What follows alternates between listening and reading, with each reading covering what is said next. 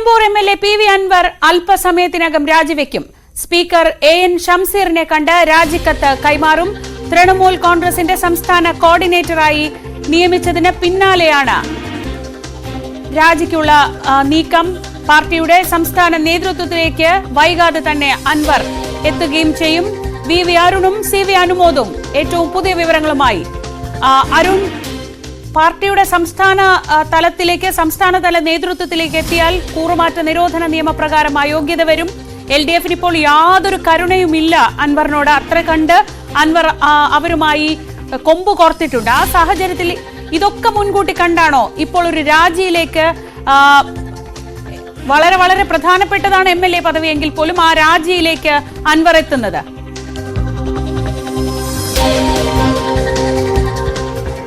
ശ്രീജ, അൻവർ ഇന്ന് രാവിലെയാണ്, ഇന്നലെ ഫേസ്ബുക്ക് പോസ്റ്റിലൂടെ സ്പീക്കറെ കാണും, ഇന്ന് രാവിലെ 9 മണിക്ക് കാണുമെന്ന് അൻവർ ഫേസ്ബുക്ക് കുറിപ്പിട്ടെങ്കിലും ഇന്ന് രാവിലെയാണ് സ്പീക്കറുടെ സമയം ചോദിച്ചത്, സ്പീക്കറെ കാണാൻ അനുമതി തേടിയത്. അപ്പോയിന്റ്മെന്റ് എടുത്തത് 9:30-ക്കാണ്. 9 മണിക്ക് അൻവർ ആവശ്യപ്പെട്ടെങ്കിലും 9:30-ക്കാണ് സ്പീക്കർ എൻ ഷംസീർ അൻവറെ കാണാൻ സമയം അനുവദിച്ചത്. അങ്ങനെ 9:00-ഓടുകൂടി പി.വി. അൻവർ ഇവിടെ നിയമസഭയിലെത്തും. ഇവിടെ നിയമസഭയിൽ പുസ്തകോത്സവം നടക്കുകയാണ്. ഈ രാജിക്ക് മുമ്പ് പുസ്തകോത്സവം കാണാനുള്ള താല്പര്യവും അൻവർ നിയമസഭയെ അറിയിച്ചിട്ടുണ്ട്. അങ്ങനെ അല്പസമയത്തേക്ക് അൻവർ ഇവിടേക്ക് എത്തിച്ചേരും. രാജിയിലേക്ക് തന്നെയാണ് കാര്യങ്ങൾ. പി.വി. അൻവർ തൃണമൂൽ കോൺഗ്രസിന്റെ ഭാഗമായി, തൃണമൂൽ കോൺഗ്രസിന്റെ കുടുംബത്തിലേക്ക് സ്വാഗതം എന്ന് പറഞ്ഞുകൊണ്ടാണ് തൃണമൂൽ കോൺഗ്രസിന്റെ ഔദ്യോഗിക ട്വീറ്റ് കഴിഞ്ഞ ആഴ്ച പുറത്തു വന്നത്. തൃണമൂൽ കോൺഗ്രസിന്റെ സംസ്ഥാനത്തെ കോർഡിനേറ്റർ എന്ന പദവിയാണ് താൻ വഹിക്കുന്നത്. പാർട്ടിയിൽ ഔദ്യോഗിക അംഗത്വം എടുത്തിട്ടില്ല എന്ന് പറഞ്ഞുകൊണ്ട് കൂറുമാറ്റ നിരോധന നിയമത്തിന്റെ പരിധിയിൽ നിന്ന് രക്ഷപ്പെടാനൊരു ശ്രമം അൻവർ നടത്തിയിരുന്നു. പക്ഷേ അങ്ങനെയല്ല. പി.വി. അൻവർ തൃണമൂൽ കോൺഗ്രസിന്റെ പാർട്ടി അംഗമായിരിക്കുന്നു. അങ്ങനെ വന്നാൽ സ്വാഭാവികമായും ഒരു സ്വതന്ത്ര MLA ഒരു സഭാ കാലയളവിൽ മറ്റൊരു പാർട്ടിയിലേക്ക് പോയാൽ, പുതിയൊരു പാർട്ടിയിൽ അംഗത്വം എടുത്താൽ സ്വാഭാവികമായും അയോഗ്യനാക്കപ്പെടും. അതിലെ നടപടിക്രമങ്ങളിലേക്ക് നിയമസഭ കടക്കും. ഇതുവരെ അത്തരമൊരു നടപടിക്രമങ്ങളിലേക്ക്, അയോഗ്യരാക്കൽ നടപടിക്രമങ്ങളിലേക്ക് നിയമസഭ കടന്നിട്ടില്ല. ഒന്നുകിൽ സ്പീക്കർക്ക് ഇക്കാര്യം നേരിട്ട് ബോധ്യപ്പെടണം, അല്ലെങ്കിൽ ആരെങ്കിലും പരാതിയുമായി നിയമസഭാ സെക്രട്ടേറിയറ്റിനെയോ സ്പീക്കറെയോ സമീപിക്കണം. രണ്ടും ഉണ്ടായിട്ടില്ല. പക്ഷേ വൈകാതെ അൻവർ രാജിവെച്ചില്ലെങ്കിൽ അൻവറിനെതിരെ അത്തരമൊരു നീക്കം ഉണ്ടാകുമെന്ന സൂചനകളുണ്ട്. അത് മുൻകൂട്ടി കണ്ടുകൊണ്ടാണ്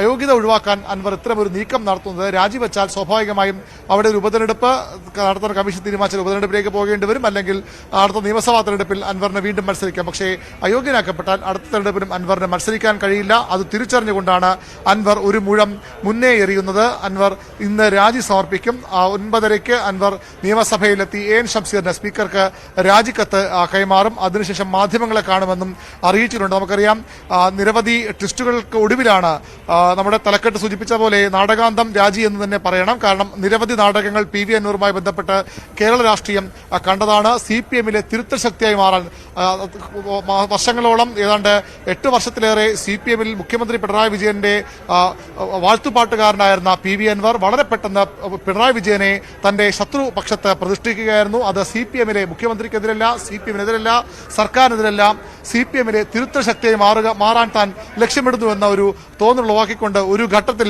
CPM-ന്റെ ഏറ്റവും അടുത്ത, ഏറ്റവും ശക്തരായ ഹാർഡ് കോർ അണികളെ പോലും കയ്യിലെടുത്തുകൊണ്ട് CPM-നുള്ളിൽ ഒരു തിരുത്തലിന്, വിപ്ലവത്തിന് അൻവർ വഴിയൊരുക്കുന്നു എന്ന തരത്തിലുള്ള സൂചനകൾ വന്നിരുന്നു. പക്ഷേ അൻവർ വന്നത് കോൺഗ്രസിൽ നിന്നാണ്. അൻവറിന്റെ പാരമ്പര്യം കോൺഗ്രസിന്റേതാണ്. ആ വഴിയിലേക്ക് അൻവർ പോകുന്നുവെന്ന് സൂചിപ്പിച്ചുകൊണ്ട് മുഖ്യമന്ത്രി പിണറായി വിജയൻ മലപ്പുറത്തെ സ്വർണ്ണ കള്ളക്കടത്തുകാരുടെ ഏജന്റാണോ, അവരുമായി ബന്ധമുള്ളയാളാണ് അൻവർ എന്ന സൂചനയുമായി മുഖ്യമന്ത്രി പിണറായി വിജയൻ അൻവറിനെ പ്രതിക്കൂട്ട് നിർത്തുമ്പോൾ, സംശയം നിർത്തുമ്പോൾ അൻവറിന്റെ മുന്നിൽ മറ്റു വഴികളില്ലായിരുന്നു. CPM-ലെ തിരുത്തൽ ശക്തി എന്ന ഇമേജിന് പുറത്തേക്ക് CPM-ന്റെ മുഖ്യമന്ത്രിയുടെ ഏറ്റവും വലിയ വിമർശകനായ ഒരു ഘട്ടത്തിൽ വളരെ പെട്ടെന്ന് പി.വി. അൻവർ മാറുകയായിരുന്നു. അവിടെ നിന്നാണ് അൻവർ CPM-ആയുള്ള ബന്ധം പൂർണ്ണമായും വിച്ഛേദിക്കുന്നത്.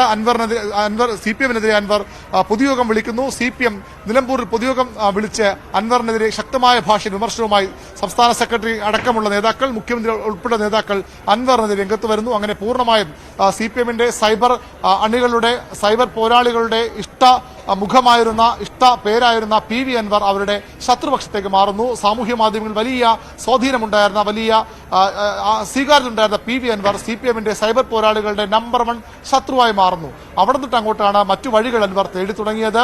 അൻവർ അവിടെ നിന്ന് DMK ദ്രാവിഡ മുന്നേറ്റ കഴകത്തിൽ സ്റ്റാലിന്റെ പാർട്ടിയിൽ അംഗമാകുന്നുവെന്ന സൂചന നൽകിക്കൊണ്ട് അവിടെ പോയി DMK നേതാക്കളെ, DMK-യുടെ പ്രധാനപ്പെട്ട നേതാക്കൾ തന്നെ കാണുന്നു.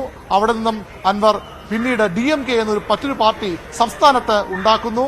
അതിൽ അൻവർ നേരിട്ട് ഭാഗമാക്കാവുന്നില്ല. പക്ഷേ അങ്ങനെ പാർട്ടി രൂപീകരണത്തിലേക്ക് അൻവർ പോകുന്നു. അതിന്റെ പേരിൽ പൊതുയോഗങ്ങൾ വിളിക്കുന്നു. പിന്നെയാണ് UDF മോഹം അൻവറിലേക്ക് എത്തുന്നത്.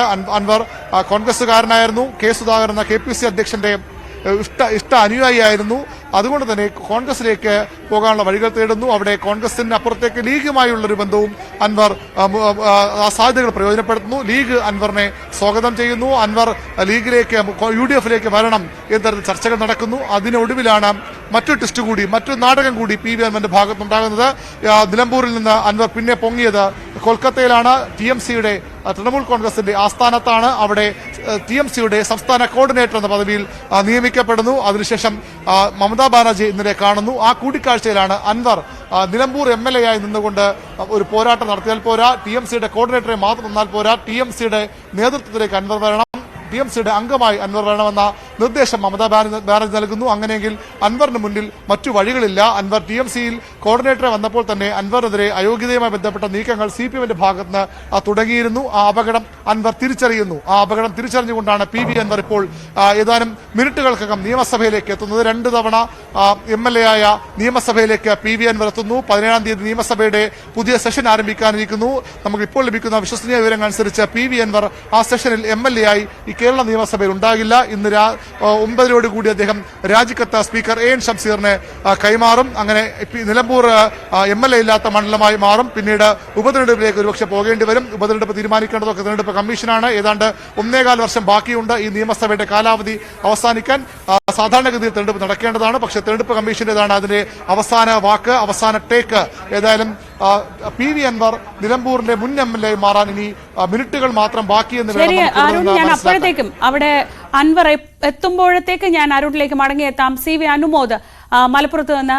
അനുമോദ്, PV അൻവർ എന്നും ഒരു വാർത്താ കേന്ദ്രമാണ്. PV അൻവറിന്റെ അദ്ദേഹത്തിന്റെ പ്രസ്ഥാനങ്ങൾ എന്നും വാർത്താ കേന്ദ്രമാണ്. പക്ഷെ കഴിഞ്ഞ ഒരു 3-4 മാസമായി നിരന്തരം എന്നും അൻവർ ഓരോ വാർത്തകൾ ഉണ്ടാക്കുന്നുണ്ടായിരുന്നു. ഇപ്പോൾ ഏറ്റവും ഒടുവിൽ ആ MLA സ്ഥാനം, അദ്ദേഹം വളരെ പ്രധാനപ്പെട്ടതായി കരുതുന്ന ആ MLA സ്ഥാനം രാജിവെക്കുന്നു.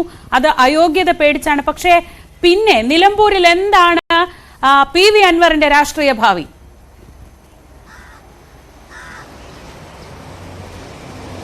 ശ്രീജ, PV അൻവർ നിലമ്പൂരിലെ MLA സ്ഥാനം രാജിവെക്കുന്നതോടെ നിലമ്പൂർ ഒരു ഉപതെരഞ്ഞെടുപ്പിന് സാധ്യത ഏറുകയാണ്.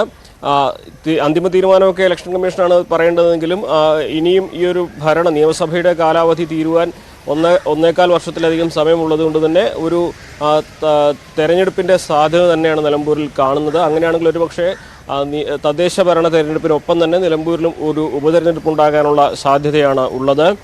നിലമ്പൂരിൽ നമുക്കറിയാം കാലങ്ങളായിട്ട് UDFിൻ്റെ ഉരുക്കുകോട്ടയായിട്ടായിരുന്നു നിലമ്പൂർ അറിയപ്പെട്ടിരുന്നത്. ആര്യടൻ മുഹമ്മദിൻ്റെ തട്ടകം. ആര്യടൻ മുഹമ്മദിന് ശേഷം ആണ് അക്ഷരാർത്ഥത്തിൽ നിലമ്പൂർ കോൺഗ്രസിന് കൈവിട്ടു പോകുന്നത്. അവിടെ PV അൻവർ ഇടതുപക്ഷത്തിനൊപ്പം ചേരുന്നു. നിലമ്പൂരിലെ കോൺഗ്രസിൻ്റെ കോട്ടകളെ അൻവർ കീഴടക്കുന്നു. 2 തവണ നിലമ്പൂരിൽ ഇടതുപക്ഷത്തിൻ്റെ കൊടി വാറിക്കുന്നു. ഇടതുപക്ഷത്തിൻ്റെ നാവായി മാറുന്നു. ഇടതുപക്ഷത്തിൻ്റെ സൈബർ പോരാളികളുടെ കടന്നൽ രാജയായി മാറുന്നു. നിലമ്പൂരിൽ ഇടതുപക്ഷത്തിൻ്റെ ആ ഒരു ആധിപത്യം അത് തദ്ദേശ ഭരണ സ്ഥാപനങ്ങളിലേക്ക് കൂടി വ്യാപിപ്പിക്കുവാൻ അൻവറിൻ്റെ സാന്നിധ്യം കൊണ്ട് സാധിക്കുന്നു. അങ്ങനെ അക്ഷരാർത്ഥത്തിൽ നിലമ്പൂരിലെ ഇടതുപക്ഷത്തെ അൻവർ നയിക്കുന്നു എന്ന തരത്തിലേക്ക് സാഹചര്യങ്ങൾ മാറിയ ഘട്ടത്തിലാണ് എല്ലാം തന്നെ മറ്റൊരു തലത്തിലേക്ക് എത്തപ്പെടുന്നത്. അൻവറിൻ്റെ ആദ്യ വിമർശനം പോലീസിനെതിരെയായിരുന്നു, പോലീസിലെ ഉന്നതർക്കെതിരെയായിരുന്നു. അവിടെ നിന്നും P ശശിയിലേക്കും പിന്നീട് CPMന്റെ നേതാക്കളിലേക്കും മുഖ്യമന്ത്രിയിലേക്കൊക്കെ നീളുമ്പോൾ അൻവർ ഒരിക്കലും ഇത്തരത്തിൽ UDF പോലും വിമർശിക്കാത്ത തരത്തിലേക്ക് സാഹചര്യങ്ങൾ വിമർശിക്കുന്ന അവസ്ഥയിലേക്ക് എത്തി. ഇപ്പോൾ നിലവിൽ അൻവർ രാജിവെക്കുകയാണെങ്കിൽ, അവിടെ ഒരു ഉപതെരഞ്ഞെടുപ്പ് വരികയാണെങ്കിൽ സ്വാഭാവികമായിട്ടും എന്തായിരിക്കും എന്ന ചോദ്യമാണ് ആദ്യം ഉയരുക. അൻവർ ഒറ്റയ്ക്ക് നിന്ന് അവിടെ ഇടതുപക്ഷത്തിനും വലതുപക്ഷത്തിനും എതിരെ മത്സരിക്കുമോ, അതോ മത്സരിക്കാതെ മാറി നിന്ന് UDFിനെ പിന്തുണയ്ക്കുമോ എന്ന ചോദ്യമാണ് ഉയരുന്നത്. കഴിഞ്ഞ ആഴ്ച ഫോറസ്റ്റ് ഓഫീസ് ആക്രമിച്ച കേസിൽ റിമാൻഡിലായി 1 ദിവസം ജയിലിൽ കഴിഞ്ഞ് പുറത്തിറങ്ങിയ ഉടനെ അദ്ദേഹം പറഞ്ഞത് ഇനി ഇടതുപക്ഷത്തിനോ തകർക്കുവാൻ, ഇടതുപക്ഷത്തിനെ താഴെ ഇറക്കുവാൻ UDFിനൊപ്പമാണ് ഉപാധികളില്ലാത്ത താൻ എന്നാണ് അദ്ദേഹം പറഞ്ഞിരുന്നത്. അദ്ദേഹത്തിൻ്റെ UDF പ്രവേശനം ഏറെക്കുറെ സാധ്യമാകും വളരെ വേഗത്തിൽ എന്ന പ്രതീക്ഷയായിരുന്നു അന്നുണ്ടായിരുന്നത്. പക്ഷേ സാഹചര്യങ്ങൾ പിന്നെയും മാറി. UDF-ന്റെ ഭാഗത്തും അൻവറിനെ എടുക്കുന്നതിനെക്കുറിച്ച് ചർച്ചകൾ നടക്കുന്നേയുള്ളൂ എന്നൊരു ഭാഗം പറയുമ്പോൾ തൃണമൂൽ കോൺഗ്രസിന്റെ ഭാഗമായ ഒരാളെ ഇനി UDF-ന് ആവശ്യമില്ലെന്ന് കെ മുരളീധരൻ അടക്കമുള്ളവർ പറയുന്നു. അങ്ങനെ UDF പ്രവേശനവും ഒരു തൃശങ്കുവിൽ നിൽക്കുമ്പോഴാണ് അദ്ദേഹത്തിൻ്റെ രാജിപ്രഖ്യാപനത്തിലേക്ക് ഇപ്പോൾ സാഹചര്യങ്ങൾ എത്തുന്നത്. എന്താണെങ്കിലും നിലമ്പൂരിൽ ഒരു ഉപതെരഞ്ഞെടുപ്പ് വന്നാൽ എന്തായിരിക്കും അൻവർ സ്വീകരിക്കുന്ന നിലപാട് എന്നതാണ് ഈ ഘട്ടത്തിൽ ഏറ്റവും പ്രധാനപ്പെട്ടതായി നമ്മൾ അടുത്തതായി ചിന്തിക്കാൻ പോകുന്നത്. ഒന്നുകിൽ അദ്ദേഹത്തിന് പുറത്തുനിന്ന് UDF സ്ഥാനാർത്ഥിയെ പിന്തുണച്ചുകൊണ്ട് UDF-ന്റെ ഭാഗമാകാനുള്ള സാധ്യതകൾ ഒരുക്കാം. അതല്ലെങ്കിൽ സ്വതന്ത്ര സ്ഥാനാർത്ഥിയായിട്ട് ഇടതുപക്ഷത്തെയും വലതുപക്ഷത്തെയും എതിരെ പോരാടി അവിടുന്ന് ജയിച്ചു കയറാൻ തനിക്ക് കഴിയുമെന്ന് തെളിയിക്കുവാനും തൻ്റെ രാഷ്ട്രീയ അസ്തിത്വത്തെ ചോദ്യം ചെയ്തവർക്ക് ചുട്ട മറുപടി നൽകുവാനും സാധിക്കും. ഈ രണ്ട് സാധ്യതകൾ അതുതന്നെയാണ് അവിടെ പ്രധാനമായിട്ടും ഉള്ളത്.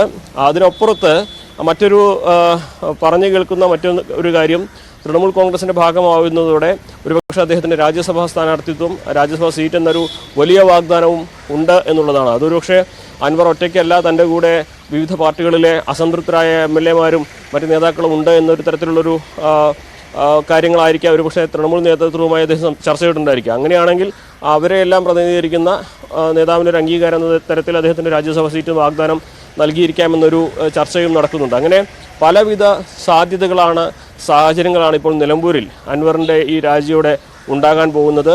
കേരള രാഷ്ട്രീയത്തിൽ അൻവറിൻ്റെ രാജി ഏറെ നിർണായകമാകും. അങ്ങനെയാണെങ്കിൽ നിയമസഭയുടെ കാലാവധി തീരാൻ 1 വർഷം മാത്രം ബാക്കിയുള്ളപ്പോൾ നടക്കുന്ന നിലമ്പൂരിലെ ഉപതെരഞ്ഞെടുപ്പ് അത് വലിയ തോതിൽ തന്നെ സർക്കാരിൻ്റെ വിലയിരുത്തലാകും.